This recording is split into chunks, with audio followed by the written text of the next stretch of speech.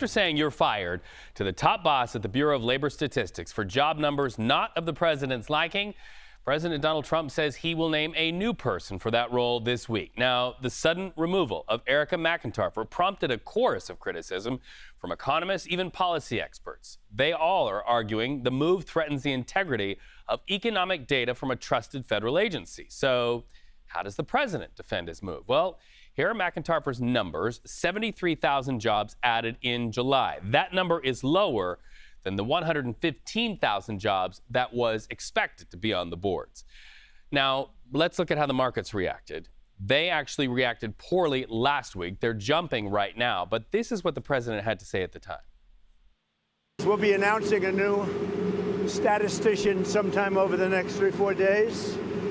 We had no confidence. I mean, the numbers were ridiculous, what she announced, but that was just one negative number. All of the numbers seem to be great.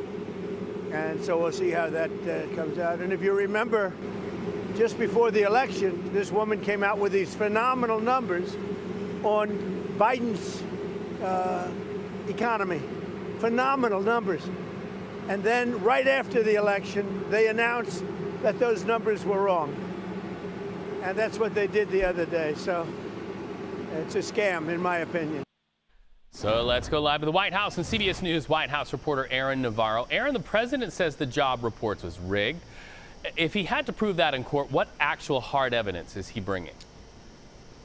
Yeah, Reed, good to be with you. The argument that we've heard from economic officials at the White House, both over the weekend and this morning, is that the collection of this data itself is outdated, and that has resulted in inaccurate data. They have pointed to response rates for these surveys from the Bureau of Labor Statistics severely dropping after the pandemic in 2020. They've also noted that this recent revision for the months of May and June was the largest since 1968. A White House spokesperson went on to add that the data has been, quote, historically inaccurate and led by a totally incompetent individual. So the conversation around how this data is collected is one part of this. But the president, in kind of making this move to fire the commissioner, is claiming in the sense that it has been rigged against them, that the numbers are rigged against them, in part because they are a former Biden economic advisor, in part because they were appointed by Biden. But if you look at the numbers from the Bureau of Labor Statistics, there's no clear political agenda when you look at the numbers from the last year of President Trump's, the last year of his first term and the last year of President Biden's term. The numbers in terms of revisions up and down for jobs are exactly the same between those two administrations. So in terms of evidence on a political bias front, that has not been shown yet. Well, Aaron, critics of the president say this is troubling because other nations depend on our data being solid. The criticism that we have a president who, if he doesn't like the data, says you're fired, and then puts someone in who produces the data he wants. Can he actually do that?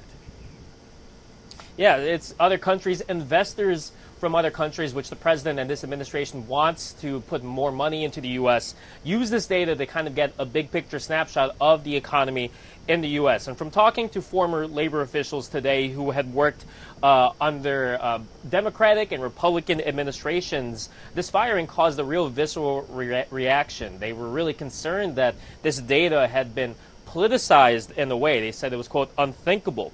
And it's important to note that it's a whole team at the Bureau of Labor Statistics that puts these numbers together. How it was explained to me is that the commissioner is essentially the one at the top level to explain what these numbers mean, but they're not writing the numbers themselves. But to your general question of can he do that, the president does have the power to hire political appointees at will. But it's worth watching if there are further moves to get rid of or cut other staffers at the Bureau of Labor Statistics, putting more questions out there on how this data is collected and the accuracy and integrity behind it. So while we have you here, we'll table that for just a second and ask you about this. The president reportedly just made a major announcement about India. What is that?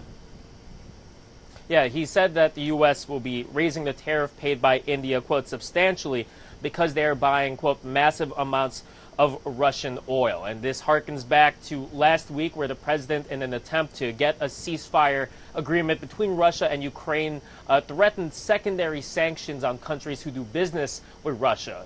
India, along with China, buy a lot of gas and oil from Russia. This seems to be taking the next step in that threat, saying that India, who is already expected to have a 25% quote reciprocal tariff applied to them, could be seeing an even higher number down the line. Aaron Navarro, live from the White House. Thank you so much.